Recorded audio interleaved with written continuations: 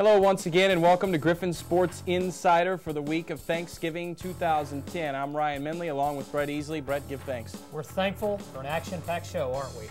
Basketball underway. We'll chat with both head coaches, but we begin with the end of the road for Griffin football. Well, another classic chapter in the Western Northwest rivalry. The Griffins making their second playoff appearance in school history. They took the defending national champions down to the wire.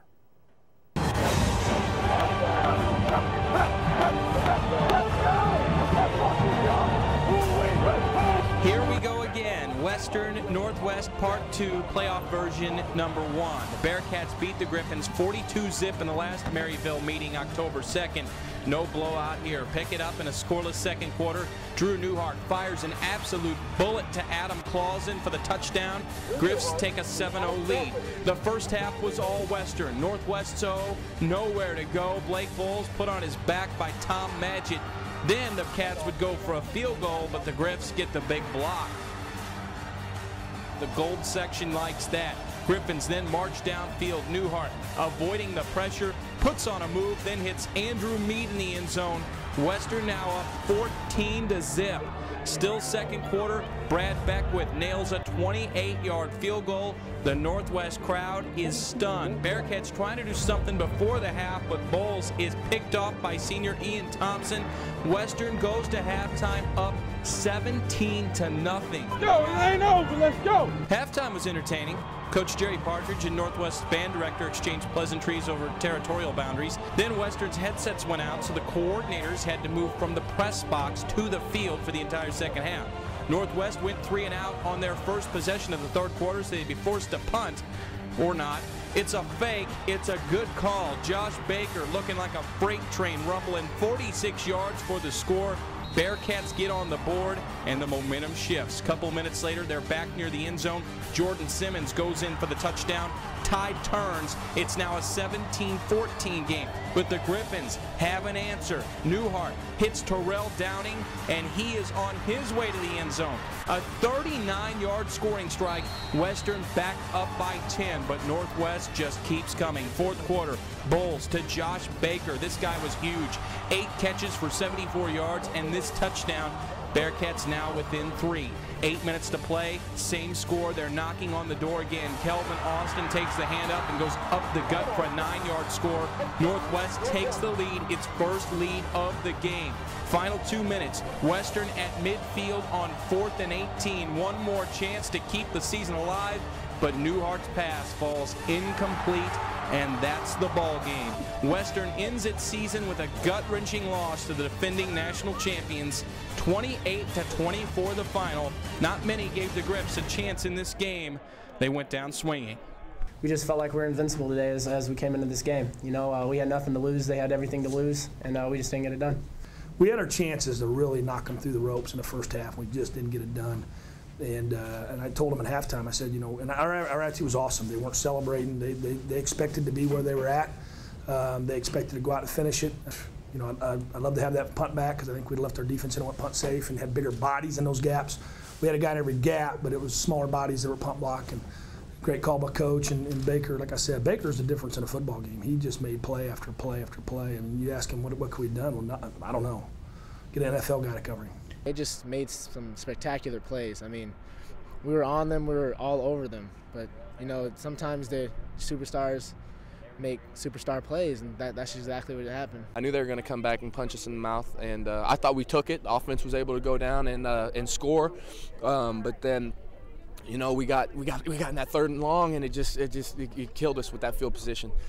Coach Patridge and their team were really ready to play.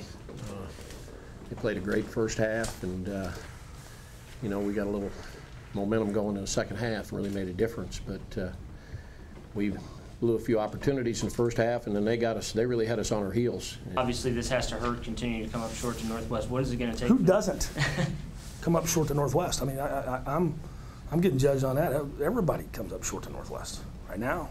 Somewhere along the line they're going to fall, but I don't know when. Maybe Mel needs to go off into the pasture, take off. Get out of here, I'm tired. And joining us right now is head coach Jerry Patridge. Mel needs to be put out to pasture, huh? Well, I mean, you're in an emotional situation there, and you ask questions, and you get kind of tired talking about the people that just beat you. And honestly, I'd like to play him again because I want to beat him.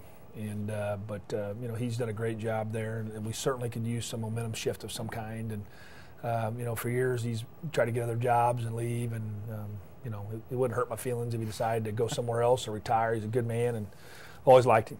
Well, first time in your career last Saturday that you played a team twice in one season, and obviously everybody wondered, well, how are the Griffins going to play this week? But I think fair to say through 60 minutes, I think we gave them our best shot for the most part. Would you agree with that? I think our coaches did a terrific job. Our leaders did a great job. Our seniors, our captains, our kids were ready to play. And it's difficult when you read, you know, and again, you can say, well, you got to close off to me. You don't close off to the media anymore. You can't close off to the internet. It's impossible. That's what kids do. They live on their phones. They read D2.com's columnists and the national columnists, and you have no shot, and our own local media, no shot, even probably their own parents, no shot. And to do what we did and go play, I knew we had a shot. And I knew the first time was an aberration, how we played up there, and I knew we were going to play well. And I've watched the first quarter, you know, just then, and I came over here to shoot the show, and those kids played really hard.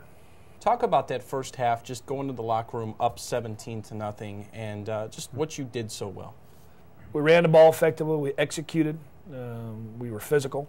We felt like when the other times we've played them, to me, we've been pushed around a little bit.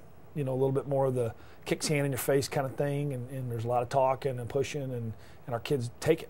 And this time they decided not to take it, and they fought back a little bit. To start the second half, your headsets go out upstairs, so the coordinators, kind of a bit of a chaotic scene there early on. Coordinators have to go downstairs and call plays, call signals from the field. The headsets were out in the middle of the second quarter, so we were out for 2 quarters and a half, so they had already been out. And so, which cost us a little bit in the drive that made it 17.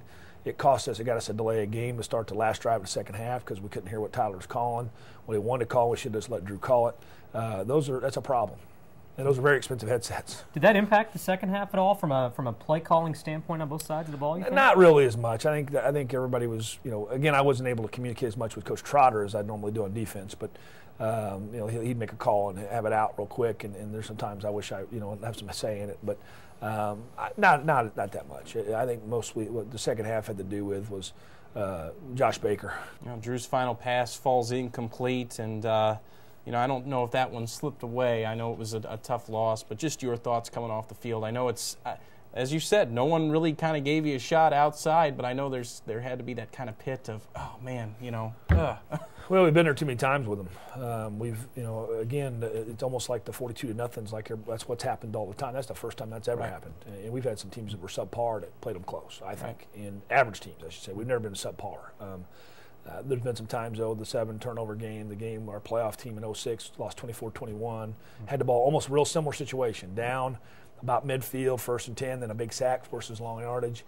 We've been there a lot. It's just, and they've been on the edge a lot, but they just seem to keep making plays. And eventually, someday, they will quit making the plays, and then the doubt will creep in. Well, 2010's now in the books. We've played in postseason games 6 straight years, around 14 years now. Where does this team rank in the teams you've coached here?